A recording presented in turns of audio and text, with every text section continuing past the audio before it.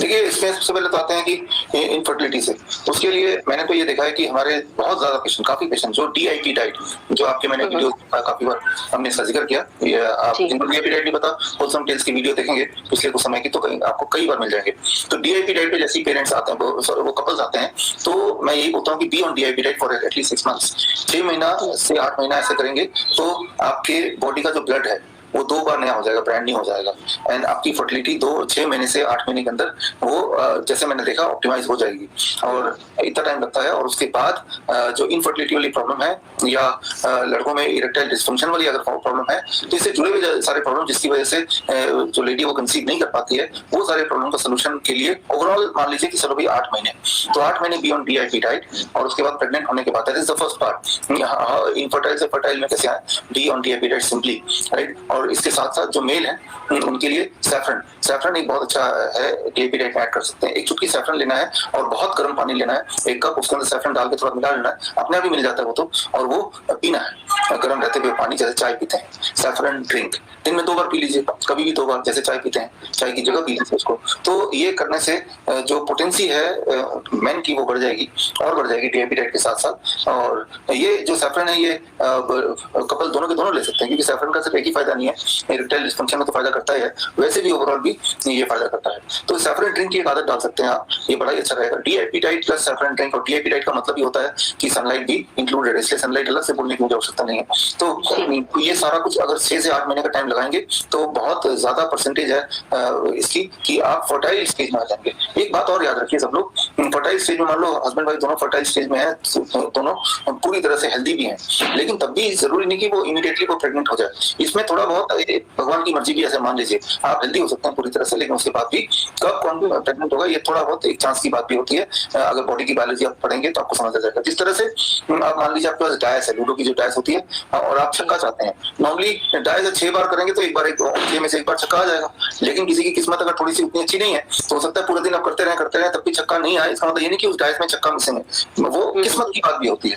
तो इसीलिए मैं यही बोलता हूँ सारे कपल से कि थोड़ा सा आप किस्मत की बात अगर है कि it is a matter of chance, right, तो उस चांस को आप ये ना समझ लें कि आप इनफर्टाइल हैं और एज ए रिजल्ट सीधे आप आईवीएफ आर्टिफिशियल रूट लेने लगे, या फिर आप किसी और चीज को अपना दोषी मानने लगे। It is a matter of chance की बात भी होती है। उस फैक्टर को आपको हमेशा दिमाग में रखना है, और अपनी हेल्थ के लिए जो आपकी हेल्थ की कंट्रीब्यूशन है उसके लिए आपने जो अभी तक मैंने बताया वो कीजिए। तो that is the first part of it, how to be fertile and how to keep the mindset also fertile, that is very important. बात पे अगर हम पूछते हैं मेरी तो हेल्थ अच्छी नहीं है, या मेरे पार्टनर की हेल्थ अच्छी नहीं है, या कोई भी और वजह, राइट, तो वो भी ठीक बात नहीं है।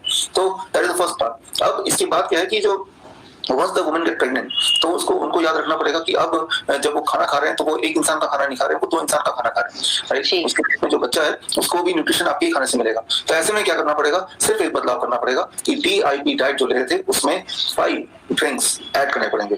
DIP diet plus 5 drink is a diet for pregnant woman. वो 5 ड्रिंक क्या है समझ लेते हैं। दिन में 2 बार कोकोनट वाटर पीना है, कभी भी 2 बार, ताजा नारियल पानी, पैक्ड नहीं, बॉटल नहीं, रेफ्रिजरेटेड नहीं, ताजा, दिन में 2 बार। कब पियेंगे 2 बार आपके ऊपर है।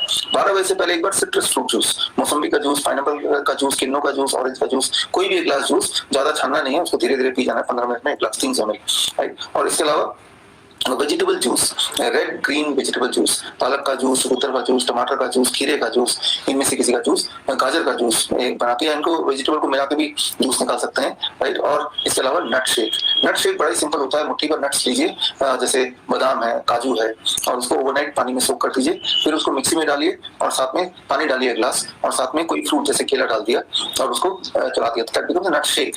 तो ये नट शेक में थोड़ा आप चाहे तो किशमिश भी डाल सकते हैं मीठा के हिसाब से। अगर आपके पास हनी है, हनी मतलब रॉ हनी, वो जो पैक मिलता है दुकानों में वो नहीं, अगर कोई गांव वाला आपको हनी सप्लाई कर पाता है तो वो रॉ हनी भी डाल दीजिए 1 चम्मच, तो ये नट शेक हो गया। ये बड़ा ही न्यूट्रिशियस फूड है। तो ये 5 चीजें, 5 तरह के ड्रिंक पूरे दिन भर में ऐड कर देंगे और along with the DIP diet, and that becomes the diet for the pregnant woman. जब तक आपकी प्रेगनेंसी होती है तब तक ये डाइट सपोर्ट करेगा। जितना बॉडी को कैल्शियम चाहिए, जितना बॉडी को और फोलिक एसिड चाहिए या ऑल काइंड ऑफ न्यूट्रिशन चाहिए, वो सारा कुछ यही देगा। तो तीसरी बात, किसी भी तरह से कोई आर्टिफिशियल चीज मत लीजिए। डॉक्टर बोलेगा कैल्शियम सप्लीमेंट ले लो, फोलिक एसिड सप्लीमेंट ले लो, आयरन की गोली खा लो, ये सारी चीजों के पीछे मत पड़िए, और ये सारी चीजें हमारे बॉडी की मेटाबॉलिज्म को पूरी तरह खराब कर देता है। तो ये तीसरी बात है, कुछ इन चीजों को अवॉइड करना, राइट। और इसके अलावा इंपॉर्टेंट है पूरी तरह से बच्चा सेफ अच्छी डिलीवरी के बाद भी जब तक बच्चे को आप फीड कर रहे हैं तब तक भी आप याद रखिए आप जो भी खा रहे हैं वो 2 लोगों के लिए खा रहे हैं। यानी कि ये जो 5 तरह के ड्रिंक है इसको तब तक अपने डाइट में शामिल करे रखना है जब तक कि यानी कि अगले 2.5 साल तक 3 साल तक जब तक कि बच्चा आपकी फीड पे है। बच्चा जब फीड पे से चला गया तब आप चाहे तो उसको डिसकंटिन्यू कर सकते हैं इन 5 ड्रिंक को और सिंपल डीआईपी डाइट पे दोबारा वापस आ सकते हैं। तो ये ओवरऑल अलग-अलग स्टेजेस पे क्या-क्या करना है और सबसे इंपॉर्टेंट बात क्या करने के अलावा क्या नहीं करना है। उसमें एक चीज और भी है, रह के आप देखेंगे खासतौर पे शहरों में कि भाई अल्ट्रासाउंड करके देखने की कोशिश करते हैं क्या हो रहा है क्या हो रहा है। अल्ट्रासाउंड में 2 तरह की प्रॉब्लम है जो आपको बता दूं क्योंकि इस पे लगता है कि तो सेफ चीज है, कोई फोटो खींचने के बराबर का है। जबकि अल्ट्रासाउंड जब करते हैं तो जो पेट के अंदर जो बच्चा होता है वो एजिटेट होता है, यानी कि वो डिस्टर्ब होता है। राइट, ये साइंटिफिकली प्रूवन चीजें हैं कि वो एजिटेट होता है, डिस्टर्ब होता है। तो ये जो हम अपने फीटस को डिस्टर्ब कर रहे हैं बार-बार अल्ट्रासाउंड करने की करके इसकी कोई जरूरत नहीं, पहली बात। दूसरी बात एक ये दलील दी जाती है कि अल्ट्रासाउंड से ये देख लेते हैं बच्चा की पोजीशन कैसी है, बच्चा कैसा है, वो ठीक तो है क्या। देखिए अल्ट्रासाउंड का जो रिजल्ट होता है कई बार ऐसा भी है कि बोलते नहीं बच्चे में कुछ एबनॉर्मलिटीज है इसे अवॉइड कर दो, जबकि वो जो उसने कंक्लूड किया डॉक्टर ने वो करेक्ट हो इसका कोई वो उसका गैसिंग करेक्ट हो इसका कोई भी गारंटी नहीं है। यानी कि एक अच्छा भला बच्चा था बिना मतलब के पेरेंट के दिमाग में कंफ्यूजन पैदा करती है। तो यहाँ पे इंपॉर्टेंट ये है कि क्या करना चाहिए और इंपॉर्टेंट ये है कि क्या नहीं करना चाहिए। इसमें अल्ट्रासाउंड के लिए जैसे मैंने बताया कि that creates all kind of confusion.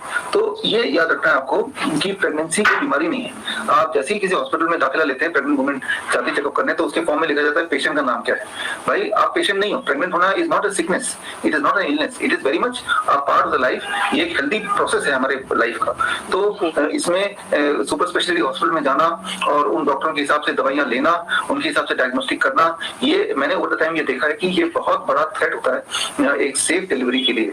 और सबसे इंपॉर्टेंट बात यहाँ पे सिजेरियन सेक्शन का, जो कि एक आजकल अभिन्न पार्ट हो गया है। देखिए भारत में करीब ओवर 90% जो केसेस होते हैं प्रेगनेंसी वाले वो सिजेरियन से होते हैं। सिर्फ ये जो लॉकडाउन था, लॉकडाउन के दौरान वो 90% की जगह सिर्फ 5% सिजेरियन हुई, बाकी नॉर्मल डिलीवरी हुई। तो इस बात से ये बात साबित होती है कि सिजेरियन की जरूरत किसी को भी नहीं होती है। Rarest of the rarest cases, सारे हर तरह के जो डिलीवरी है उसमें नॉर्मल डिलीवरी पॉसिबल है बिना सिजेरियन के। तो लेकिन सिजेरियन जब करते हैं तो आप और बच्चा राइट दोनों को ही नुकसान होता है, क्योंकि जब नॉर्मल प्रोसेस से डिलीवर होता है तो उस प्रोसेस में कुछ खास तरह के बैक्टीरिया है जो कि वजाना के रास्ते that is which becomes a part of the child's body which is very very important for his immunity, right? तो इन ये छोटी-छोटी इंपॉर्टेंट बातें हैं कि आपको एजुकेट होना पड़ेगा अपने लिए, because you are responsible for yourself. बाकी तो हॉस्पिटल में जाएंगे तो खासतौर पे मल्टी स्पेशलिटी हॉस्पिटल में जाके ये सोचेंगे कि यू आर सेफेस्ट, तो ऐसा नहीं है। अगर आप सेफ ही रहना चाहते हैं तो एक छोटा सा नर्सिंग होम देखिए जहाँ पे एक छोटा सा डॉक्टर गायनेकोलॉजिस्ट हो और उनके थोड़ी बहुत देख रेख में, राइट। वैसे तो मिडवाइफ ये सारा काम करती थी पहले, आज भी कर सकती हैं, तो वो भी अच्छा एक चॉइस है। और ये आप कौन से हॉस्पिटल को चूज करते हैं, पहले बात तो हॉस्पिटल चूज करने की आवश्यकता नहीं, जैसे मैंने बताया it is a natural process. लेकिन फिर भी आप चूज करना चाहते हैं तो एक छोटा सा डॉक्टर जो प्रोफेशनल हो, जिसके हॉस्पिटल में या क्लिनिक में बहुत थोड़े सामान हो, उसको देखिए। और यहाँ पे happiness plays an important role, stress को कम से कम रखना that is very very important role. और कई बार जो कपल को समझना चाहिए, खासतौर पर हस्बैंड को समझना चाहिए कि ऐसे में हार्मोनल इंबैलेंस चेंजेस आते हैं जिससे जो वुमेन है दे कैन बी, वो चिड़चिड़ापन भी उसमें आता है। लेकिन उसके चिड़चिड़ापन को ये समझते हुए कि ये एक खास दौर चल रहा है जिसकी वजह से चिड़चिड़ापन है, अगर ये बात अगर कपल समझ लेंगे या केयर टेकर समझ लेंगे तो ज्यादा अच्छा सपोर्ट दे सकते हैं, राइट। तो ये छोटी छोटी बातें होती हैं जो मेजर रोल प्ले करती हैं, बहुत बड़ा रोल।